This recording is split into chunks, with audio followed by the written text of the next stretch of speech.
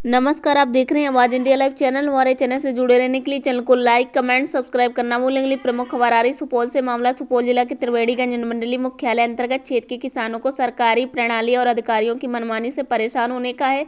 पीड़ित किसानों ने बताया कि धान की बिक्री को लेकर सरकार गलत प्रणाली और अधिकारियों की मनमानी से हम लोग परेशान हैं। एक समय था जब पंचायत के किसानों को धान पंचायत में ही बिकता था, जिससे किसान खुश था, लेकिन सरकार का गलत प्रणाली से आज जन्मीन किसान परेशान रहता है, क्योंकि सरकार का प्रणाली गलत तरीके से किया गया है। किसान ही है जो सबका पेट भरता है, तो फिर मालिकाना हक किसानों को मिलना चाहिए। वही अधिकारियों का विरोध करते हुए मनमानी का आरोप लगाया। सभी अधिकारी जनता का सेवक होता है। आज सभी अधिकारी जनता को ही सेवक समझता है। सभी किसान और जनता के दिए गए टैक्स के रूप में रुपए से सभी को सैलरी मिलती है। आज ही वही लोग परेशानी का सामना कर रहे हैं। वहीं सरकार द्वारा चलाए जा रहे लोक शिकायत निवारण का विरोध जताया, क्योंकि सरकार द्वारा चलाए जा रहे लोक शिकायत निवारण में इंसाफ नहीं मिलने पर पूर्ण रूप से विरोध किया गया। एक तरफ से सरकार लोक शिकायत निवारण चला कर जनता को इंसाफ दिलाने का भरोसा जताया, लेकिन दूसरी तरफ जनता को लोक शिकायत निवारण में भरोसा उठता जा रहा है, क्योंकि लोक शिकायत निवारण सिर्फ नाम पर रह गया है। समय पर इंसाफ मिलता ही नहीं है, क्योंकि किसानों को धान से समय पर सही तरीके से खरीद नहीं हो पाती। एक तरफ से किसानों को अनिल का दाता कहा जाता है, तो वहीं दूसरी तरफ किसानों की समस्या को कोई सुनने वाला नहीं है। जिस किसान के आने से राज्य देश विदेश चलता है, आज उस किसान को अनाज का सही कीमत नहीं मिल रहा है। किसानों को अनाज बेचने के लिए कितनी मेहनत करनी पड़ती है, साफ दिखाई दे रहा है। आज बाजार में कोई भी सामान, एक माचिस ही क्यों नहीं हो, उसका कीमत दुकानदार लगाता है, लेकिन एक किसान जो इतनी धूप, गर्मी, बरसात में परिश्रम कर, पसीना बहाकर अनाज उपजाता है, फिर भी किसानों को अनाज की कीमत दुकानदार तय करता है कि अनाज क्या कीमत होनी चाहिए। इससे ज़्यादा बदकिस्मती किसानों के लिए क्या हो सकती है, जबकि किसानों को अपना उपजाया अनाज की कीमत लगाने का अधिकार नहीं मिला। अब तक किसान खुशहाल नहीं हो सकता। अब देखना लाजमी होगा कि कब तक किसान और जनता परेशानी का मार झेलती रहेगी। देखिए एक रिपोर्ट बलराम कुमार के साथ।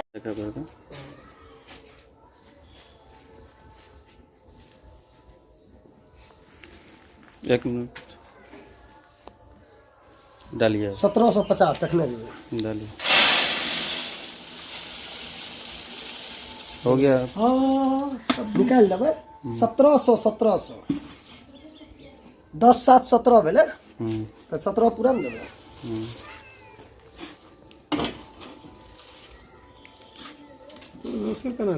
नहीं भरा है ना,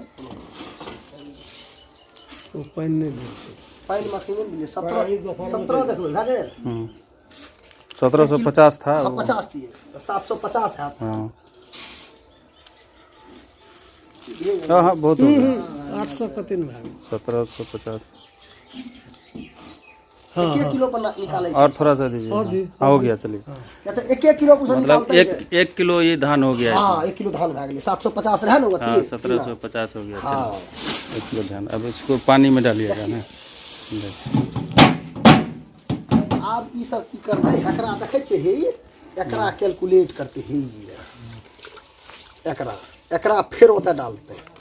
ला एक बर्तन हो, पन्नी आर कुछ ला। हाँ ये बेटा कुछो छे ना, पन्नी ऊपर रखबे, ऊपर देबे एकरा, फिर एकरा काट के छोड़ एकरा करिए ना। ई कुछ नहीं चाहिए कि धान में अथी छिए धान।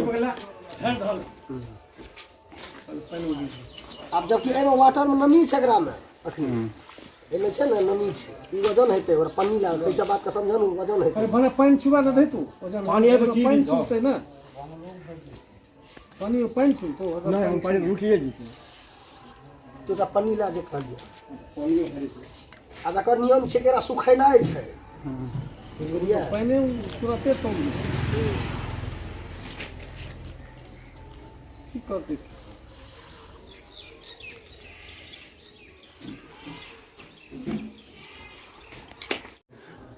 क्या नाम हुआ? अभिमन्यु कुमार, कहाँ घर है? विद्यानगर गुड़िया। अच्छा, वार्ड नंबर? वार्ड नंबर 11 है। तो आप फार्मर हैं? जी मेरा पिताजी फार्मर है।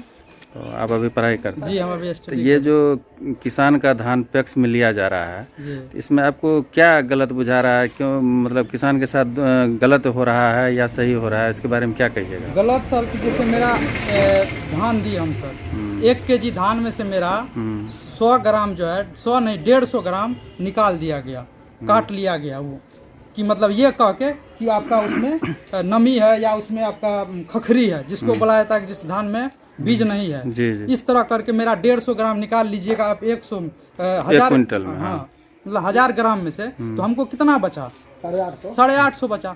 तो मेरा जो खखरिये निकला था हमको उसका कहाँ दाम मिला? और मेरा वो खखरी ओरिजिनल में जब जांच किया जाए तो उस तरह उतना खखरी नहीं आता है उसमें, लेकिन ये लोग हाँ उसमें नमी भी तो रहता है, पानी चेक करने टाइम में नमी रहता है उसमें, तो उसको भी नमी को भी ऐड कर लिया जाता है, लेकिन उसको हमरे दिया नहीं जाता है उतना इक्वल प्राइस। तो यही हम लोग का ये आपका बर्बाद हो रहा है, मतलब ये जो 100-150 ग्राम जा रहा है। मेरा जो शॉर्ट हुआ ना, यही ना बोले 1000 ग्राम में से मेरा 150 ग्राम शॉर्ट हो गया, लेकिन एक्चुअल में तो मेरा 150 ग्राम शॉर्ट थोड़े हो रहा है। और ऊपर से क्या है कि जितना वेट नापा जा रहा है उसमें भी अगर 800 हुआ 40 केजी 850 हुआ तो उसको मापा जाएगा कैसे? 40 केजी 500। मेरा 300 वहां भी चल गया। ढलटा आप बोलिएगा अलग काट लीजिएगा तो हम कितना लॉस में गए। अच्छा, ये जो आपका छांटता है तो इसका भी तो काम होता होगा? इसका सब कुछ काम होता है सर, एक एक भूसा का काम होता है सर, ये भी बिकता है। अभी अगर हम लोग जैसे 1200 मुर्गी रुपया। फार्म हम लोग का खोला हुए हैं तो उसमें इस भूसा का इस्तेमाल होता है। अगर हम 1 टेलर भूसा लेंगे तो हमसे 8000 टका लेता है। अब मेरा हमको रेटे नहीं मिला उसका। आपको किसान को मुफ्त में ले लेता है? जी जी, हमसे मुफ्त में ले लिए, वो अपना उसमें हर टेलर पे 8000 कमा लिए। धान भी निकला, आम काम गुठली मतलब का भी मिसल- दाम, मतलब- आम काम गुठली का भी दाम। किसान का सुनने वाला नहीं है? किसान का कौन आवाज सुनने वाला है सर? कौन सुनता है किसान का? ये तो हम अपना बात हम आप पहुंचा भी दिए। हमरे जैसा जो और किसान जो आप तक नहीं पहुंचा उसका कौन बात पहुंचाएगा? वो तो फॉरेस्ट का धान बेच दिया, उसको तो भी नहीं अधिकार, आपके तक पहुंचने तक का भी अधिकार नहीं, अपना बात रखने का भी अधिकार नहीं उसको। इस तरह से तो कितना किसान चला गया। अधिकार तो है लेकिन रखना नहीं चाहता या उसको उतना समझ नहीं है। सर नहीं पहुंच पाया ना सर, लेकिन आखिर घाटा तो हो गया ना सर। आज जैसे यूरिया का दाम है 266 रुपया, हर एक किसान, हम लोग खुद सर हम लोग को 400 टका में खरीदना पड़ा। Potash MOP 2000। बताइए सर, हम कहाँ से हम भरपाई करेंगे अब उस खाद का? एमओपी जबकि हमको सरकार सब्सिडी दिया तो 266 टका में, बीच में लोग आ करके उसको 400 टका कर दिया। 4 से हम 700 टका लाभ मिला। बाबा के सुनो। क्या नाम हुआ सर आपका? मेरा नाम इंजीनियर राजेश कुमार हुआ सर, कहाँ घर है? गुड़िया पंचायत वार्ड नंबर 11। क्या हुआ? पैक्स अध्यक्ष में आप धान बेचने गए थे तो क्या दिक्कत हुआ आपको? सर दिक्कत ये है सर कि धान जब मेरा तैयार हुआ तो सबसे पहले तो अनिल गुप्ता से बात किए हम, डीसीओ है, हम पैक्स को क्यों चीनेंगे? पैक्स तो हमारा पंचायत का है, वो अपना काम करता है, उसकी पद्धति अपना है सर। हमने वरीय पदाधिकारी को किया कि मेरा धान तैयार है, आप ले लीजिए। वो कहते हैं कि अब तुम धान कितना उगाए हो जो बेच रहे हो, क्योंकि मेरा इससे पूर्व 2 टेलर धान जो है 302 पैकेट 2 टेलर में बिक चुका था। तो हमने बोले भाई मैं जॉब छोड़ के मैं खेती करने आया हूँ, आप अपना डाटा त्रिवेणीगंज से निकलवा लो। यदि आप एग्रीकल्चर में और डीसीओ हो और जिले में काम करते हो, एक आईएएस हो, यदि पढ़ाई लिखाई कराया गया है तो सबसे पहले डाटा आपके पास होनी चाहिए कि कौन खेती कर रहा है, कौन पढ़े लिखे है, कौन भी पढ़े लिखे, उनके पास क्या डाटा होनी चाहिए, उनसे हम कैसा बात करें। जमीन आपके पास है कि नहीं? यही तो सबसे भाग है कि सर जमीन नहीं था तो उत्पादन हम कैसे? हमने उसको चैलेंज दिए कि डीसीओ साहब आप आइए जमीन पर धरातल पर, जो पंजाब में खेती होती है, मैं यहाँ के किसानों को मोटिवेशन देके यहाँ उत्पादन करवा रहा हूँ वो चीज़, बशर्ते आप लोग के कॉपरेशन नहीं हो रहा। क्योंकि आप पढ़ के मलाईदार जो है ना आपकी, हमको तो लगता है ये सब सारे बीपीएससी का जो लीक पेपर है ना उसी के थ्रू आया हुआ अफसर है। क्योंकि इससे भी पहले डीसीओ साहब थे और हमारे डीएम साहब थे, ठीक है, और जिला चलाते थे, लेकिन इतना सोए हुए नहीं। हमको लगता है कि जितना इन्होंने पढ़ाई में लगा दिया उतना निकालने के हिसाब लगा दिए हैं। यदि इनमें थोड़ा भी मानवता होता और किसान का थोड़ा भी दर्द समझते। हमारा कहना है नेतागिरी में तो एक ही चीज़ कहा जाता है कि भाई नहीं पढ़े लिखे हो, मूर्ख हो तो नेतागिरी कर लो तो कोई दिक्कत नहीं हुआ, क्योंकि अंगूठो छाप प्रधानमंत्री बन सकता है। लेकिन आप समझिए सर, एक आईएएस जो डीएम जो जिला चलाते हैं वो अनपढ़ और गवार को नहीं बनाया जा सकता, वो पढ़े लिखे होते हैं और यूपीएससी और बीपीएससी तैयारी करके और जो क्लियरेंस होते हैं वहाँ से आते हैं। लेकिन हमको तो ये बीपीएससी वाला घोर क्रिटिकल जो चल रहा है, कहीं इनका मापदंड इन पर हमको शक हो रहा है कि उसी का क्या था खेती किया हुआ तो नहीं है, क्योंकि इनको ये पता नहीं है कि डर भी होना चाहिए कि हमारे ऊपर भी कोई एक आरटीए का उदाहरण देता हूँ। अब समझिए मेरा धान नहीं ले रहा था तो मैंने एक आरटीए अप्लाई किए इन्हीं लोग के लिए, डीएम के लिए, डीसीओ को और बीसीओ को। उस लोक शिकायत का देखिए क्या है, जिला लोक शिकायत का, कि 15 तारीख तक इनका धान लेने का टेंटेटिव डेट है। 15 तारीख मतलब क्या? 15 फरवरी? 15 फरवरी। हाँ। और हमें डेट दे रहे हैं। मैंने 2 तारीख को सर इनको एक 2/1 को मैंने इनको क्या कहते हैं कंप्लेन किया है। 2 फरवरी को आप कंप्लेन किए किए? और शिकायत हमको क्या मिल रही है 17 तारीख को, ताकि धान की खरीद खत्म हो जाए। और 2 को आप शिकायत किए, ये लोग शिकायत में, और आपको 15 को धान की जो है खत्म होने जा रहा है कि आवंटन नहीं लिया जाएगा और आपको डेट दिया गया 17 का परिवारवाद के लिए। और दुखद यह है कि पेपर में ये लोग न्यूज निकालते हैं कि धान सरकार को मुहैया भी नहीं हुई है पूरा। और अब बताइए, जब इनके पास धान मुहैया नहीं हुआ है तो इनको तो घूम घूम के उस किसानों से धान लेना चाहिए या पदाधिकारी को देना चाहिए किस किसान के पास धान बचा हुआ है। नहीं, यहाँ भी ये नहीं करेंगे, क्योंकि ये मार्केट से परचेज करेंगे। इनका घोटालाबाज जो है वो चलेगा पूरा धान लिए, क्योंकि वो तो रखे हुए रहे, भाई व्यापारी है, वो तो बैठा के धान रखे हुए हैं। उनको कॉल करना है, एक ही बार में खरीद लेना है किसी पैक्स। अब तो ये भी नियम सरकार कर दे, किसी पैक्स में कोई बेच लो कहीं पर भी। अब पहले क्या था, पंचायत वाइज ही बिकता था, अब यहाँ कोई नहीं। एक तो ये गैर रैयत का क्या कहानी है। गैर रैयत, जो रैयत होता है वो खेत वाले होता है। गैर रैयत क्या, आप किसी बटे लेके कोई लेके खेत करते हैं। हम तो कहते हैं डीएम साहब आपके खेत पर बेच देंगे जमीन पर, तो आपको पता नहीं चलेगा कि हम गैर रैयत में आपका जमीन का नाम दे दिए, क्योंकि वो जमीन का सिर्फ लैंड का खाता नंबर वही दिया जाता है, ना कि आपको रिकॉर्ड दिया जाता है। पूछा जाता है कि गैर रैयत में किसके खेत पर तुम जमीन बेच रहे हो, वो कर रहा है कि नहीं कर रहा है। भौगोलिक स्थिति ये होती है। तो अब बताइए सर, ये जो व्यवस्था बना हुआ, इससे पहले भी इनका वीडियो देखे उठा के, इनके जू तक नहीं सुझा जब यहाँ पर कालाबाजारी हो रहा था। यूरिया और डीएपी के लिए किसान मारामारी हो रहे थे, और मैंने इन सोए हुए पदाधिकारी डीएम महोदय जो हमारे जिला में सोए हुए थे, इनके जू तक नहीं गया कि हमारे यहाँ धांधली हो रहा है, क्योंकि इनको तो डायरेक्ट आवंटन हो रहा है। मैं तो इनको ये डायरेक्ट चैलेंज देता हूँ, यदि इनको अपने पर पूरा विश्वास है तो जांच करवा ले।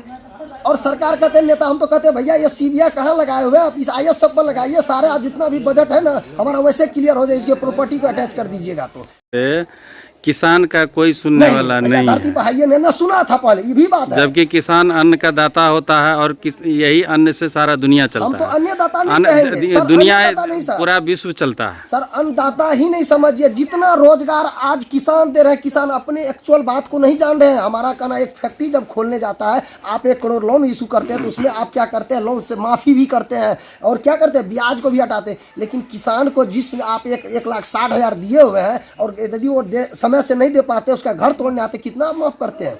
इससे पूर्व वाली सरकार तो माफ भी किया है, ये कितने बार माफ किए बताइए। आज तक आप ये उठाइए कि लॉकडाउन हुआ सर, उसके बाद कोरोना वायरस आया, सब कुछ आया। टेलीकॉम सेक्टर में देखे कभी मोबाइल सेक्टर को बंद होते? क्या इसका चल रहा है? क्या आप डिजिटल इंडिया के नाम पे लूट लो जितना भी। आज एक फैमिली का मोबाइल देखे कितना, आज 24 दिन वाला, 21 दिन वाला, 28 दिन वाला, 30 दिन वाला प्लान। मतलब जैसा मन है वैसा प्लान कर दो। जैसे इन्होंने यूरिया को 50 से 45 किलो किया, इन्हीं से सीखा है कंपनी वाले। जो 50 ग्राम का था वो 45, मूल्य वही रहेगा। पार्ले जी बिस्कुट को उठा लीजिए, कुछ नहीं किया, रेट वही रहने दिया भैया, क्योंकि कस्टमर टूट जाएगा। यूरिया से सीख के आराम से प्लान बना दिया। तो उससे क्या करो, क्वांटिटी निकाल दो कि 2 डिब्बा खा ले, पैसा वही रहे, डब्बा छोटा हो जाए। अब सरकार से लोग बिजनेसमैन भी सीख रहे हैं कि भाई आइडिया कैसा होना है, क्योंकि रोड पर किसान चले जाते हैं।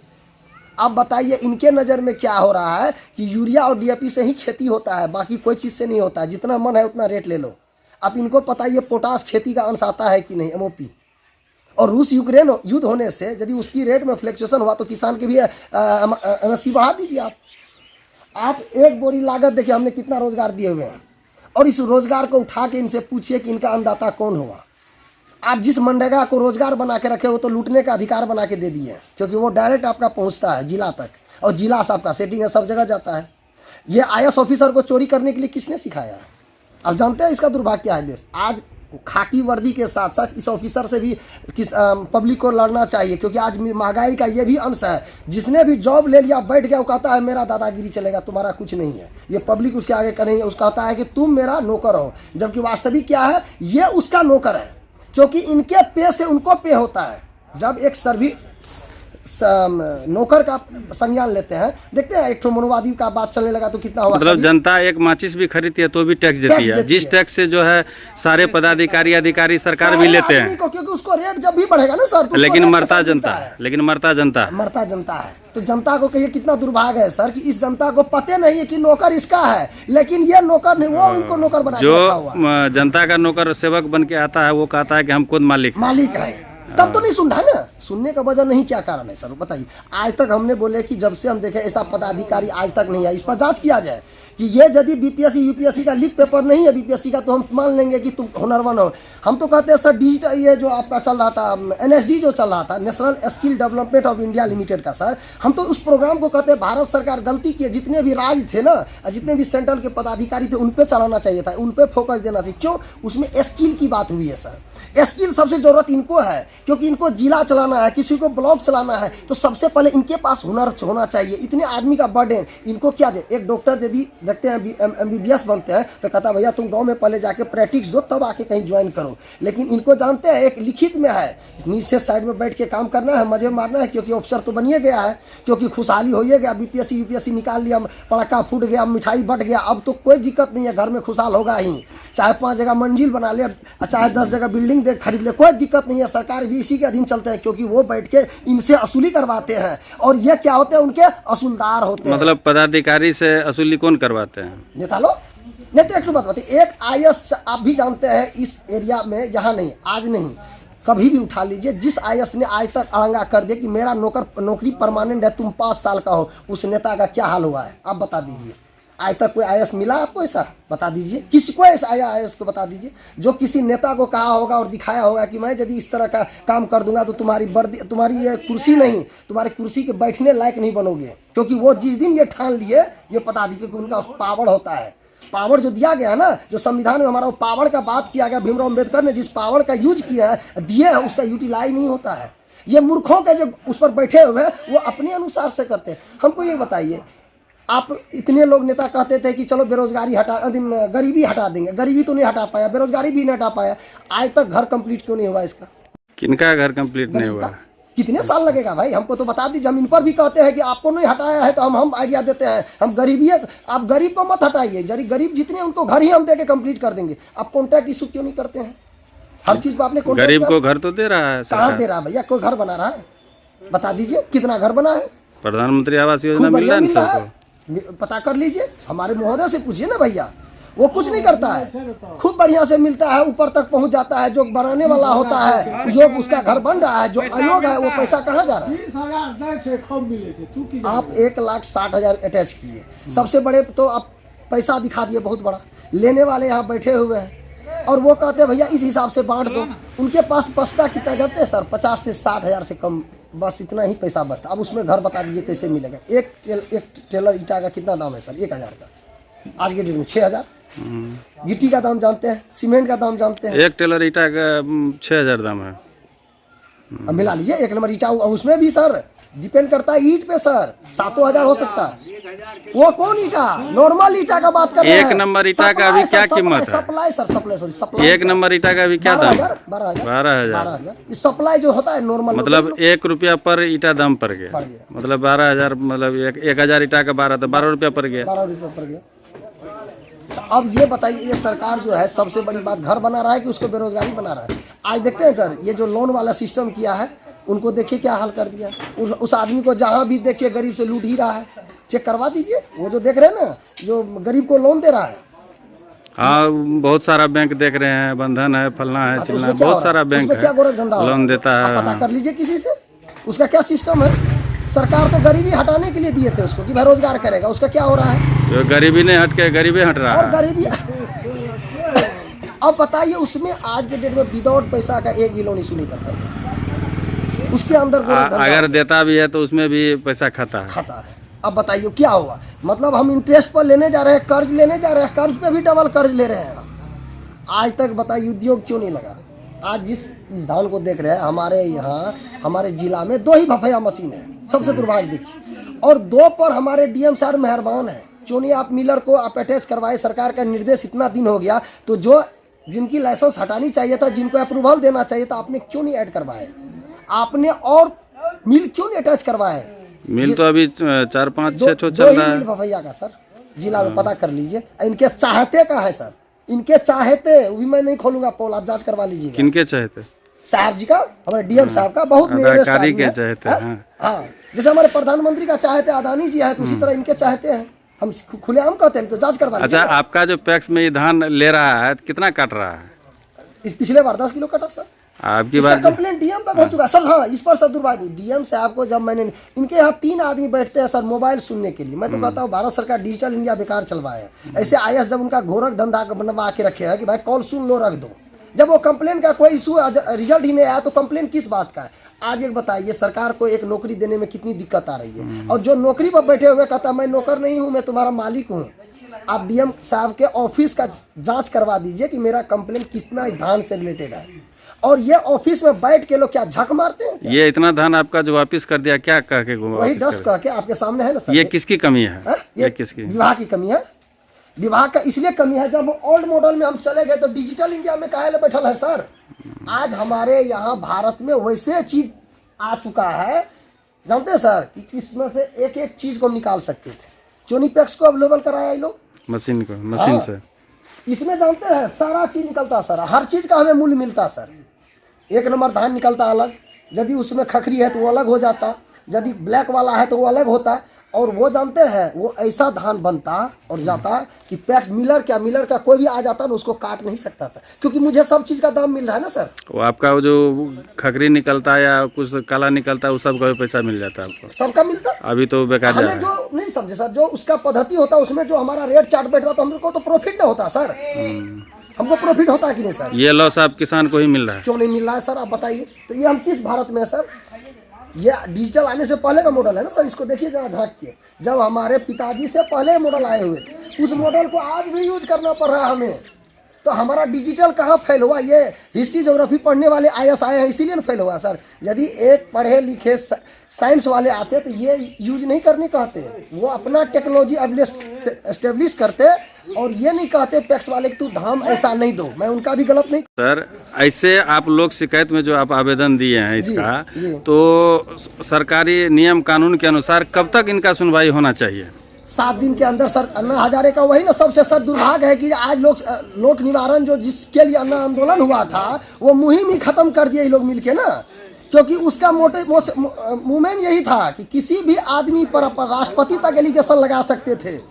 मुख्यमंत्री साहब ने कहे हैं कि कोई पदाधिकारी यदि नहीं सुनते हैं तो आप उसे आरटीए से जवाब मांगे। अब ये कौन आरटीए हुआ? जिला लोक शिकायत को हम आरटीए दिए हैं, 15 तारीख तक धान खरीदे फरवरी तक, और 17 को परिवारवाद निवारण होगा। मैं उनसे पूछने जाऊंगा तो क्या कहेगा ये? आइए बैठिए टेबल पर, हाँ वहाँ से आप कहाँ आए, यही रिपोर्ट होगा। धान तो नहीं मेरा बिका। अब बताइए, मतलब ये आपके हिसाब से लोक शिकायत क्या का निवारण हुआ? ये बताइए। कोई जिस आदमी कर बनाने से भी कोई फायदा नहीं हुआ? कुछ फायदा नहीं हुआ। क्या होगा? वहाँ जाएंगे, बैठेंगे, 200 बात होगा, बातचीत करके हमारा टाइम एक्सटेंड कर दिया। बोलेगा टाइम अब समाप्त हो गया। सबसे दुर्भाग्य इस डीएम का। लेकिन नियम सप्ताह दिन के ही है करने का। जी जी जी। और आपको 2 तारीख को दिए तो 7 दूना होना चाहिए। जी जी जी। जबकि आपको 17 फेंक दिया, मतलब 15 दिन ज्यादा कर दिया। जी जी जी। इसलिए कि जब आवंटन का समय खत्म हो जाए, अवधि खत्म हो जाए धान खरीद का, उसके बाद आएगा तो हमसे क्वेश्चन नहीं होगा। यही सबसे ना? पहले इस डीएम साहब का दुर्भाग्य होना चाहिए। आज गेहूं का जो किल्लत हुआ है सर, इन पर केस होना चाहिए कि 150 टन का मैंने रजिस्ट्रेशन दिया था, 150 क्विंटल सॉरी, और 150 क्विंटल इन लोग खरीद क्यों नहीं किया? उस समय किसान जो है 1900 रुपये गेहूं बेचे, 1800 से 1900 सर।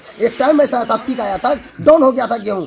ये आदमी खरीद के यदि उस समय गेहूं रखते तो आज बताइए मार्केट का इन्फ्लेशन होता। आज तक धरती पर देखे थे कि राशन कार्ड वाले का गेहूं रख के ओपन मार्केट में सरकार जो है स्टॉक से गेहूं बाहर कर रहे हैं। ये कभी दुर्भाग्य धरती पर हुआ था?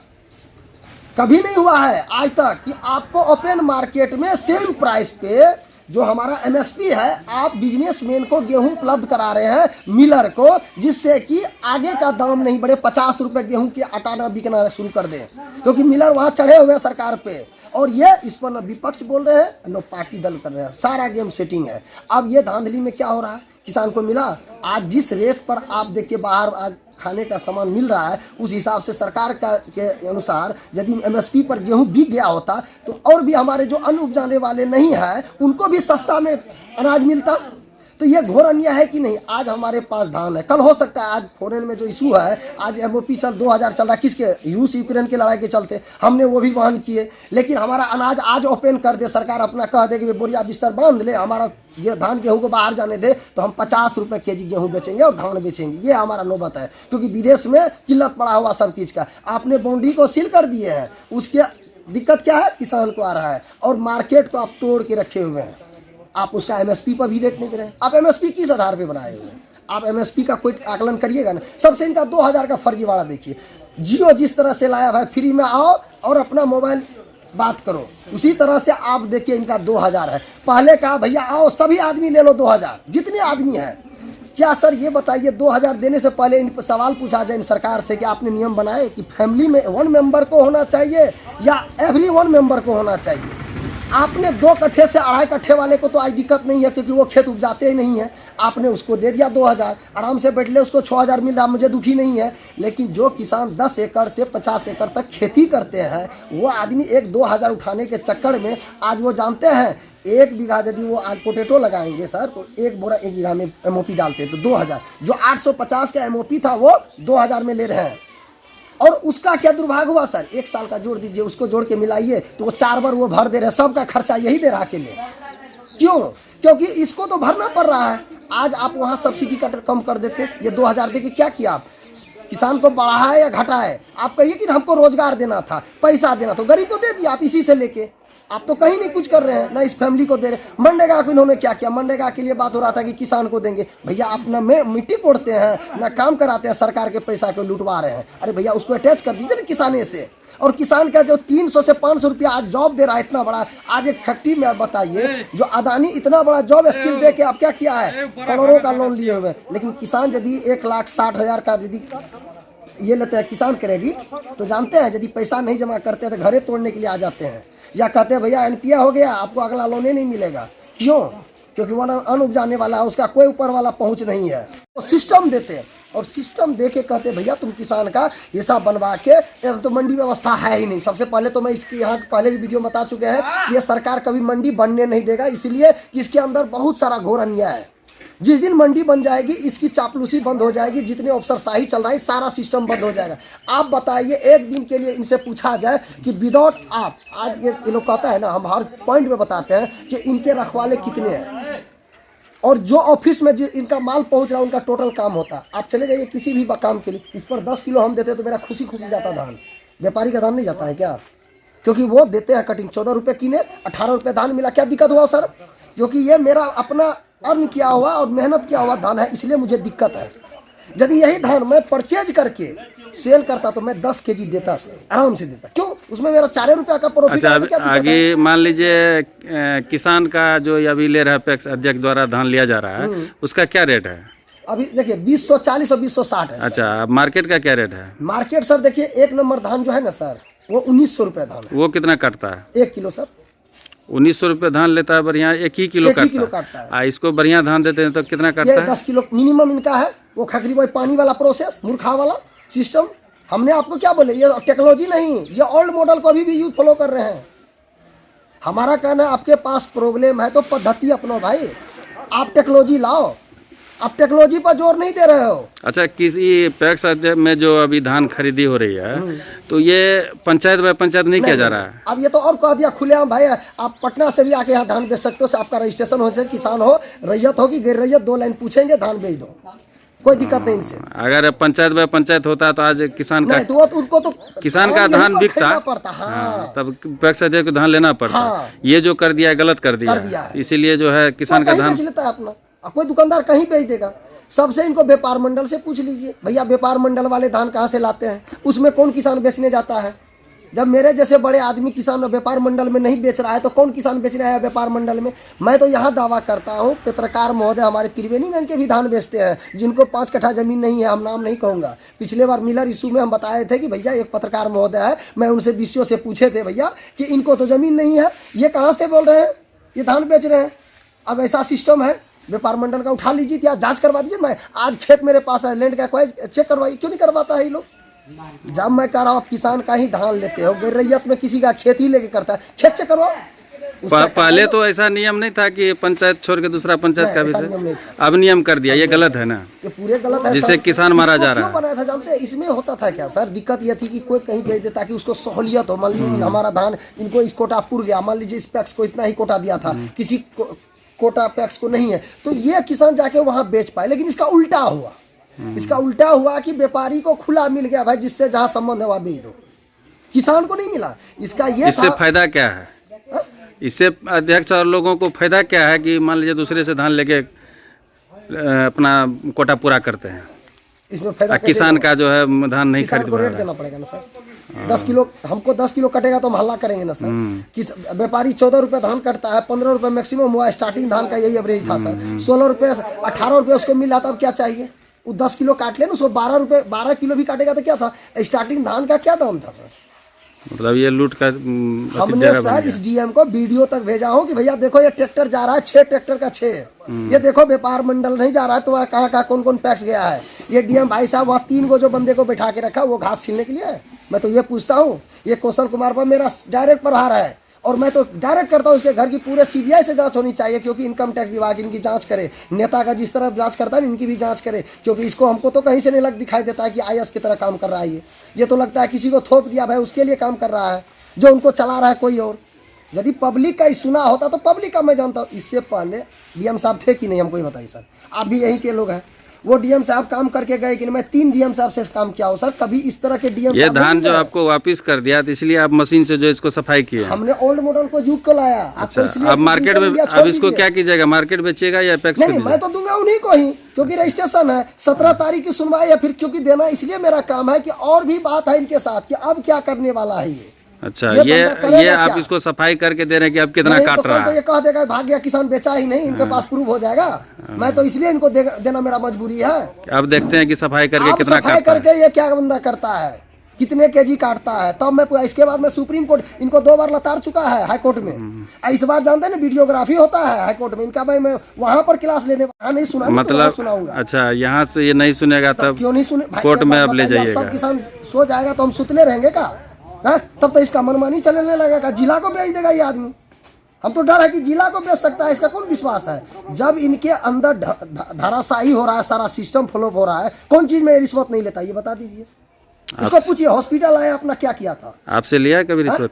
क्या हमसे क्यों लेगा? इसका चैनल आदमी है बना हुआ सर, हम आपसे रिश्वत ले लेगा ये? तो आपके पास कोई सबूत है? सबूत है सर। इसका जितना अभी सिस्टम है ना जांच करने का, ये इनका कहाँ कहाँ से पैसा पहुँचता है उसको दे देता हूँ। और नहीं ईमानदार था तो मैंने जहाँ जहाँ उंगली उठाए क्यों नहीं वहाँ काम किया। अरे सबसे पहले तो बिहार सरकार का शराबबंदी पर इन्होंने कितना धोखाधड़ी किया। इनका अफसर शराब पीते पकड़ा गया, मैंने रिपोर्ट किया, कुछ नहीं हुआ। मैंने वो भी पिछले साल का मैं रिपोर्ट दिया इनको कि भैया आपका तो सीधे सिस्टम सरकार की रिपोर्ट तोड़ रहा है और शराब पी के कहता है डायरेक्ट कि भाई मैं शराब पिया ही नहीं हूँ, क्योंकि सबूत आपके पास नहीं है, सब सिस्टम आपके हाथ में है। आप बताइए, इसी यहाँ कुछ काम हो रहा था, मैंने इनको रिपोर्ट दिया सर, अस्पताल से रिलेटेड था। मैंने कहा भैया आप देख लो यहाँ पर क्या हो रही है, लूट है तो लूट लो भैया, मैं तो रिपोर्ट देना काम है। अब तो पब्लिक का ये भी मनसा हट गया कि किसको रिपोर्ट दूं, किस पदाधिकारियों को कहूँ। ये तो डायरेक्ट उनसे चैनल बना के कमीशन ही खा जाते, तो किसको दे? पहले क्या था ना सर, कम से कम ये रिपोर्ट होती थी सर, जब हम आपको रिपोर्ट कर रहे हैं तो वो कार्रवाई होती थी या उस पर ध्यान दिया जाता? सबसे पहले पारदर्शिता थी सर। अच्छा। कि रिपोर्ट करने वाले की हर चीज का रिपोर्ट जो है ना संक्षिप्त में रख के उस पर कार्रवाई की जाती थी। आज क्या है, रिपोर्ट के बदले देखते हैं उस पर और कुछ और ही हो जाता है, वो और खुशहाल है। मतलब नहीं समझे, जिसको आपने रिपोर्ट किया वो डायरेक्ट आपको देख के ये कह रहा है कि भाई मैं तो बहुत खुश हूँ, तूने अपना काम करके क्या कर लिया मेरा। आप बताइए, इसका उदाहरण 3-4 मैं दे देता हूँ जिला से। इनको पूछिए, जब किल्लत इस मार्केट में थी तो उस समय मैंने आपको वही 3 चैम्बर वाले को जो ने रिपोर्ट संस्थान बना के रखे, उसमें कितने पे आप कार्रवाई किए, मैं तो उसी पर चैम्बर देता हूँ। जब ने मैंने आप पे एक कार्रवाई का रिपोर्ट दिया तो उस बात पर क्या आप किए? आपके ब्लॉक में बैठे हुए अफसर कहते भैया हमारा ऊपर तो कोई है ही नहीं। जब आपको एक अफसर नहीं गुदान रहा है, वो खुलेआम आपसे रिश्वत लेने का बात कहता है। आपका किस दिन आए थे एक बताए, त्रिवेणीगंज में आपको पता है ना सर, मोटरसाइकिल चोरी हुई थी कि नहीं? वो तो होती रहती है। नहीं, सबसे पहले इनकी ब्लॉक से। और दुर्भाग्य देखिए, वहाँ पुलिस नहीं पहुँचती है इनकी, क्योंकि साहब को खबर ही नहीं होता है। क्या सीसी कैमरा लगना चाहिए कि नहीं लगना चाहिए? वहाँ लगना चाहिए कि नहीं लगना चाहिए?